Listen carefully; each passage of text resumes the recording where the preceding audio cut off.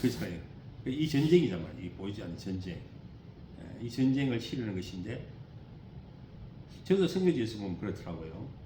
하나님이 일을 하는 데는 어둠이 있어요. 어둠이. 그거 더 확연히 드러나더라고. 그러니까 일을 하려고 할 때 방해가 있어요. 자꾸 뭐 트러블이 있고, 가까운 데서부터 집사람하고도 그렇고 뭐 자꾸 이렇게 혼란스러운 일들이 생겨요.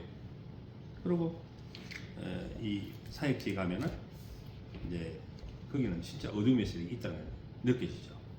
그만큼 방해가 많고. 그러면 그까지 가는 동안에 기도를 계속 할 수밖에 없어요. 가 기도하고 오늘서 기도하고. 그러니까 우리가 차라리 인도하면서 계속 기도하는데, 근데 어느 날 그 기도 그 사역 현장에서 느낌이 빛이 비치는 느낌이 드는 거예요. 어둠이 떠나간 그 느낌이 드는 거예요. 거기에.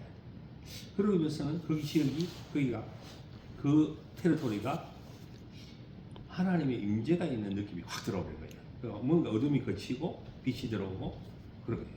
그러더니 어떤 일이 나면 주변에 술집이 많았거든요. 술집이 우리가 어떤 교회 사이트를 이렇게 하는데 술집 많아가지고 술집은 맨날 그 음악을 틀어가지고 음악도 그런 자기 집에서 들으면 되는데 스피커를 꼭 밖에 들으네요. 그러니까 주일날 뭐 얼마나 음악을 듣는지 오히려 방해가 엄청 되거든요. 그런데 그것이 하나 둘씩 없어지는 거예요. 계속 예배할 때 계속 방해되는데 이게 하나씩 나중에는 그 지역 주변 자체가 그냥 정화가 되거든요. 그런 거 있거든요.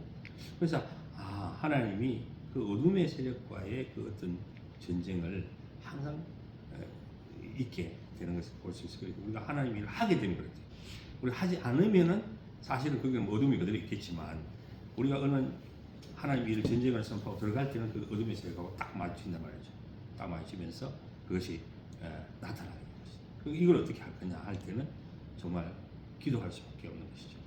또 찬양할 수밖에 없고 하나님의 말씀을 따라서 계속해서 전쟁할 수밖에 없는데, 자, 이 영적 전쟁을 치를 때에 바울이 이 선교 사역을 하면서 계속 어둠의 세력이 항상 넘보고 도전하니까 이게 가는 곳곳마다 이 방해가 있는 거예요. 방해고 어떤 자기가 위협을 당하기도 하고 공격을 당하기도 하고 모함을 당하기도 하고 죽을 고비에 넘기고 이렇게 이제 하게 되는데, 바울이 이런 모든 과정에서 승리할 수 있었던 것은 바울이 혼자의 힘으로 아니었다는 것을 로마 16장에서 딱 말씀하거든요. 바울의 동역자들 이름을 딱 언급하고 있어요. 바울이 여러 사람들의 이름을 다 말하고 언급하고 있어요. 그러니까 우리는 바울 한 사람을 생각하면 위대하다 이렇게 생각할 수 있지만 사실 바울 자신은 나와 함께 했던 그 동역자들이 있었습니다라고 고백을 하고 있어요. 그걸 멘션을 하고 있어요. 다 언급을 하고 있어요. 그러니까 자기는 스스로 볼 때는 이 일은 내 힘으로는 할 수 없었던 일인데 나와 함께 하던 군사들이 있었다.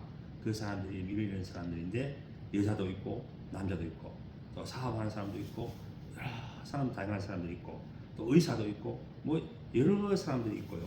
거기에는 신실한 그리고 감옥에서 있던 그런 사람이 종이 이렇게 변화돼 가지고 나를 이렇게 섬겼던 그런 충성된 사람들도 있고 다양한 직종에 가진 사람들이 나와 함께 했습니다 하면서 그랬어요. 고린도전서에는 그 고린도 교회가 참 은사를 많이 가졌는데 여기서 이제 편지에 이제 언급을 하잖아요. 근데 고린도 교회는 은사는 많이 가졌는데 결국 거기는 나눔이 있었다, 분리가 있었다는 거죠.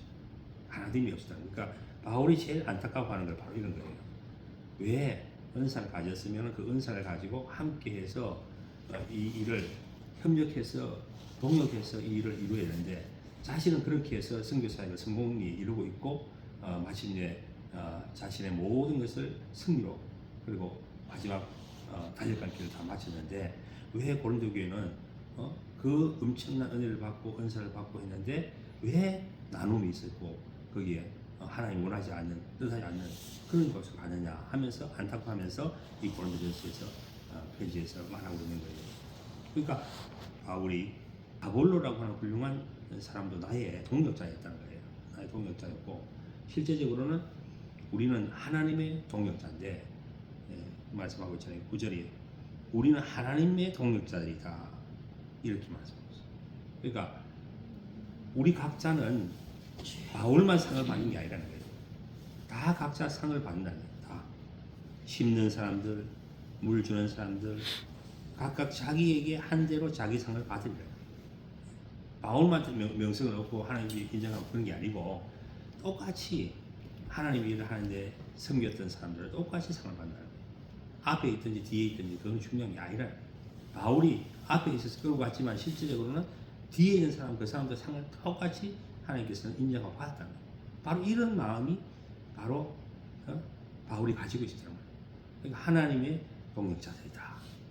그러니까 당신도 하나님의 동역자고 나도 하나님의 동역자고 그래서 우리가 함께 이 일을 이루어가는 거 아니냐 거룩한 일을 이것이 굉장히 중요한데 왜 이걸 잘못 이해해가지고 나는 이 사람 속했고 나는 저기 속했고 이렇게 분리하려고 그렇게 하느냐 바울이 위대한 것처럼 또 바울을 막 추방하고 이렇게 하느냐 그래 하지 말라는 거예요. 결국은 이 모든 일을 통해서 하나님께서 이루어 가시는 것이니까 우리는 다른 사람들의 터 위에 우리는 가고 있고 또는 우리가 개척하는 사람은 또 개척하지만은 결국은 이 모든 것에 있어서 합력하여서 선을 이루는 그런 자리로 가야지 않겠느냐 하는 겁니다. 그래서 우리의 마음이 이것은 영적인 전쟁을 하는 사람으로서 우리가 주어진 은사가 다 다르잖아요. 은사가 우리가 가지고 있는 은사가 다 다르고 이 은사를 내어놓으면 풍성하게 되고 그것이 능력이 있게 되는 것이죠. 하나님 안에. 그런데 이 은사가 자기를 위한 것이나 어떤 그것을 유혹하면은 이게 그만큼 효과가 떨어져요. 그런데 나눠줄 때에 거기에서 하나님께서 역사가 계속 일어나요. 그러니까 이 500의 기적이 나눔에서 일어나듯이 우리 은사도 함께 나누고 하면은 거기서 하나님께서 엄청나게 역사를 하신다. 우리가 사역을 하는 데 있어서는 바로 이런 은사를 가지고 함께 이렇게 나누고 역사 이렇게 할 때 연합할 때는 엄청난 일이 일어날 수밖에 없어요. 분명히. 그래서 우리는 하나님의 동력자로서의 그런 신념을 이런 확신을 가져야 된다. 이것은 하나님의 일이다. 하나님 나와 함께하고 우리와 함께 하시는 그 일이다. 이주민 선교가 사실은 만만한 건 아니죠.